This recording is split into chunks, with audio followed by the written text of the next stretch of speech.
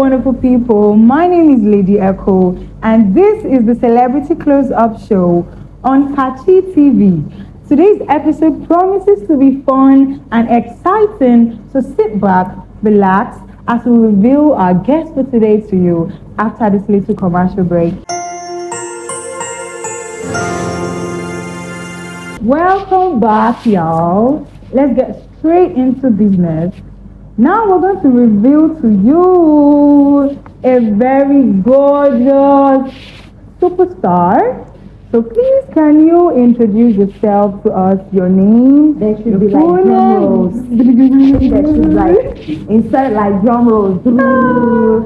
So please introduce yourself to us, your name, Hi your full everybody. name, and where you're from. Where I'm from. Yeah. Is that all? For now. For now. Okay, my name is Ugoccie, aka Ugoccie, one wing gabasi, one nene, Kili one. And I'm a singer, songwriter, rapper, and I'm from Abia State, God's own state. Okay, so it's a pleasure. It's a pleasure meeting you. Thank you. Your username, your stage name, the one you use for performance and all of that. Why that name? What inspired the name? Because that's my name. My name is Ugoccie, but I just spelled it differently because I checked like my actual name spelling, and all the names were taken. So can you give us the actual spelling and the stage name spelling? Ugoccie is spelled Ugocchi. That's my native name. But I decided to add some kind of like swag, a busy to my art, and this is like art everywhere. It's now spelled Ugoccie. But it's literally the same pronunciation, maybe like in Spanish or something.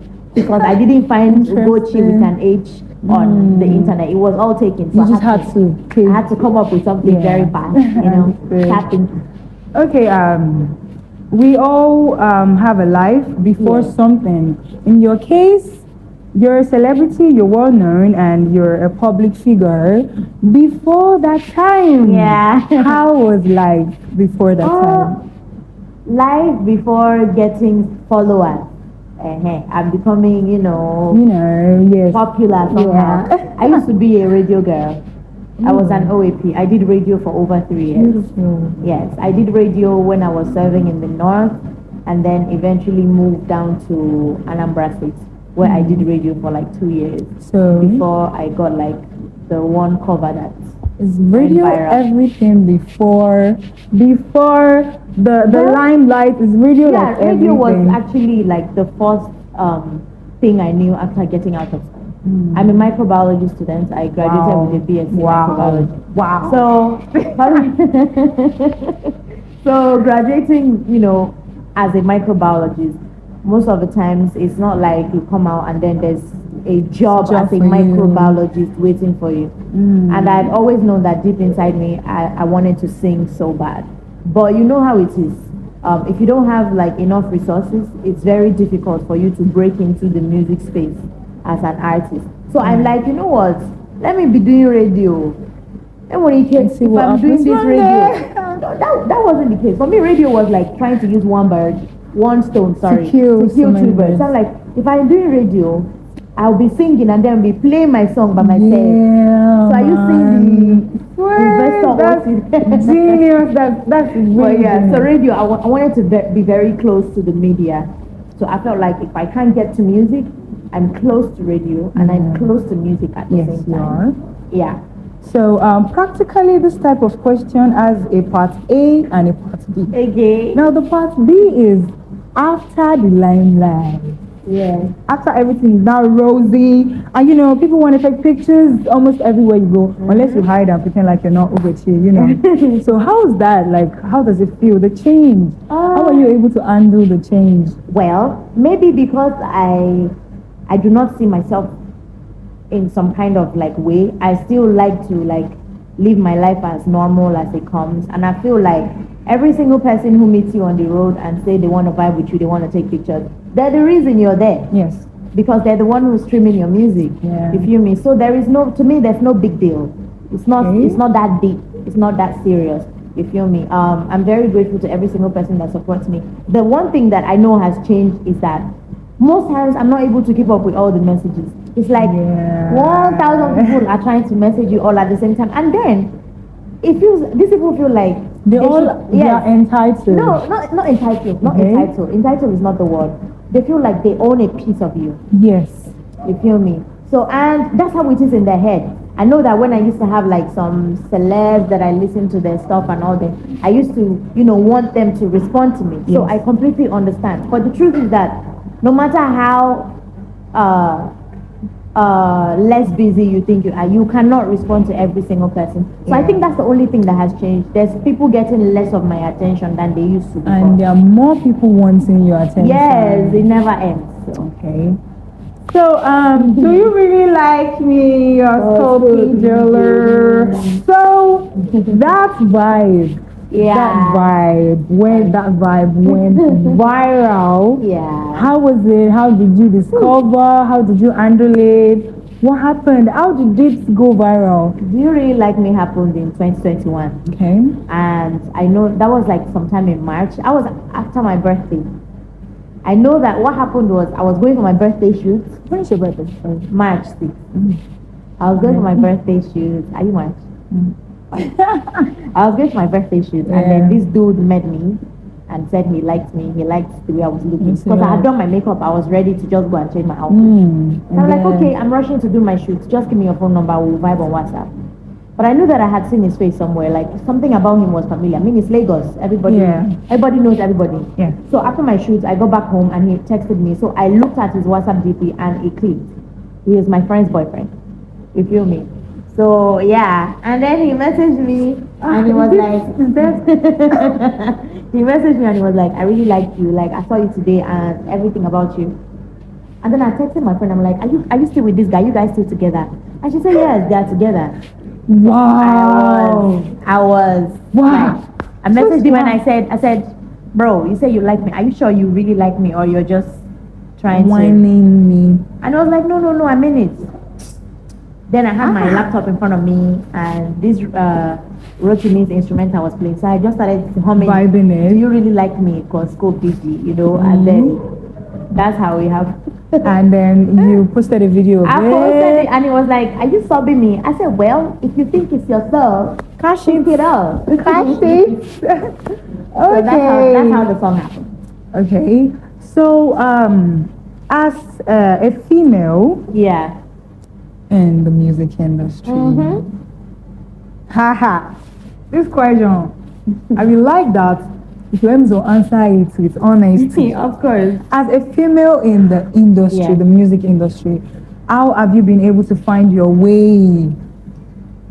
Well, personally, I don't like to genderize, the industry, even though it's a thing. You feel me? A lot of times people feel like because you're a woman, they don't think you have like a place. They don't even feel like you should be singing in the first place. A girl waiting man go sing for industry. Sharp, you go enter. But as a woman, you have to do like twice to make it work. But I don't see all that stuff. It doesn't matter. You just do it twice. Yes, I've developed a persona that doesn't care. The only thing I care about is perfecting my craft and making sure that I'm not putting anything out there that's below par or below standard. I don't care if people feel like, oh, she's a lady. No. We've gone past that age. You feel me? And that's why I have big, maximum respect for every single lady holding it down in the music entertainment space in the Nigerian music industry. The likes of Yemi Alade, the Tiwa, the Miniola, Tenny, all these ladies that held it down for us, that paved the way for every other person to come up. It's not easy because it's a male-dominated industry. Let's not lie about that. It's an industry that's been grossly dominated by men for a very long time. You feel me? And it's very hard for a lady to just come into that kind of industry and want to take over. But like I said, everybody has their audience. Everybody has their crowd. Understand that there are people who genuinely vibe with you and give them what they want. Eventually, they would invite, just like person giving you flyer to conjure. join them for in church. Yeah. So there's people who would vibe with you and they would spread the gospel. Yeah. So yeah, just do you. And so like, how long did it take you to switch from being an up and coming artist into the state that you're in now? Well, the mentality for me is that every single day you have to see yourself as an up and coming artist. That way, you put in a lot of work in your craft. There is no room to be lagged for me. Do you feel me? But I'd say that I want to be exactly. But we're grateful that we don't look like what we used to be. Thank God for so that. there's been like a huge transition from what my sound used to be like. At least I'm beginning to understand like the storytelling more, and I'm trying to simplify my storytelling and make it more accessible, you know, to the people that vibe with me and vibe with Ugoccie. Okay. Now, with the fact that most of your songs are in your language, do you have people who are repulsive to that? Do you have people who, you know, probably judge you for it and feel like they don't understand the language and you're probably not singing for them? Yeah. So how do you cope with that? Or do you have anyone that has literally made it a thing and then like judge you about it publicly or that I'm singing? Talk to us about it. They don't matter. They don't matter because people vibe to songs sung in South African languages. We're not listening. We're not understanding. We don't anything. even know what they say. Some are just songs. beats. Some are just instrumental, and we just dance. We just dance. You know, at the end of the day, the beauty of music is in the rhythm. It's in the melody. It's in the diversity. So do you know why they see it that way? Well, I do not know, and it doesn't matter, like I said initially, because some of the biggest songs in the world, songs like Despacito, Gangnam Style, most of these songs were sung in these people's languages. You feel me? I have so much respect for people who sing in their indigenous language. I don't need to understand what you're saying before, you know, I vibe with you. So if songs have thrived, most of the songs we even grew up listening to were indigenous songs. I grew up listening to a lot of indigenous songs. I listened to the likes of Ike Mazeli, Onyeka Wenu, you know, Osadebe. All these men were doing, you know, indigenous songs, but people were vibing with them. Really? Oriental Brothers. Seriously? So, babe, it doesn't, like, this is 2023. Nobody cares what language you're singing in. Speaking in your songs. As long as you're making sense, the rhythm is right, the voice is right, the production is right. And it's danceable or it's vibeable, so bring it on. Okay, so there's this Rookie Headies Award. Oh yeah, I was nominated last year. Yeah, so that was a peak for me. Yeah. Highlight. So how was it for you? Did you submit your song? Like, what's the process? Did you just get selected out of the blues? Well, the Headies have actually they have a committee right now that allows every single person submit their song so they can pick. You feel me? So it's a lot of entries. People, instead of them just randomly picking. I think it's an entry first, or picking then entry. No, it's an entry. Then they pick out of the numerous people that have entered. Because I usually believe that maybe they have like a list of 10, and then from those 10 will now submit. They're giving room for every single person to put in your entries. Then they'll pick. Okay. You feel me? So eventually, when you still get picked, it's an honor, you know, to be nominated. I understand that. So you've worked with the likes of Pino, Niniola. Share with us your experience, the recording session, how you were able to come up with it, and the whole vibe.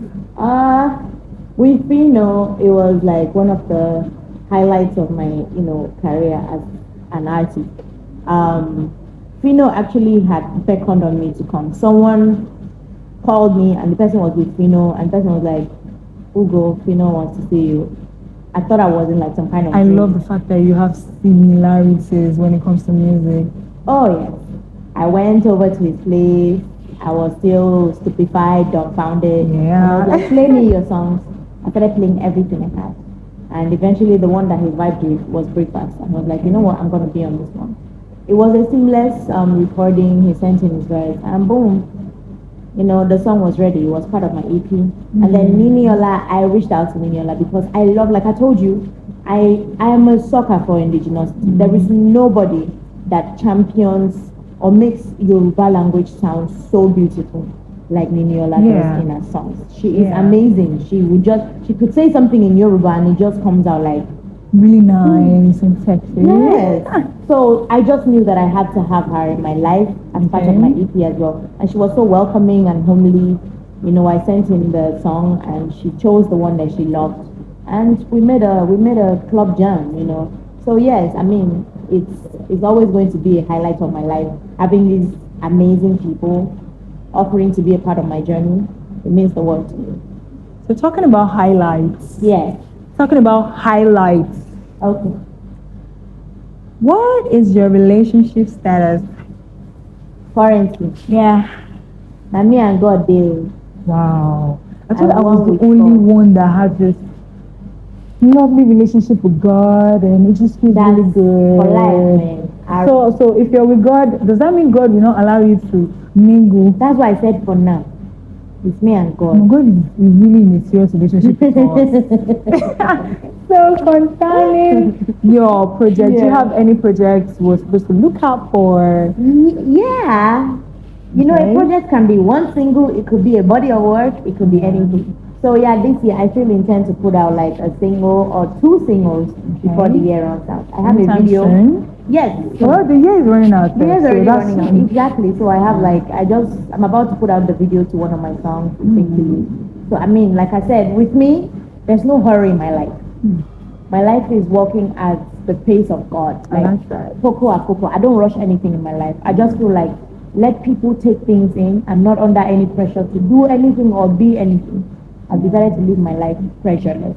Okay, so songs are we coming. watch out for and your they're beautiful songs and of course they're beautiful songs. Of course they are beautiful songs. So thank you for coming. Thank you for you. doing this with me. I really enjoyed a it. new high five star. Okay. When you do this, you do like this. You do like this. Is that Yeah, all? That's all. Once you're ready, go. Okay. I'm done. Hi everybody, what's going on? Kevin and Messi. Anyways, my name is Ugoccie, aka Ugoccie, Wawing Gabasi. Eventually, and I'm live at the Celebrity Close-Up Show with the one and only Kachi TV. It's funny, don't play.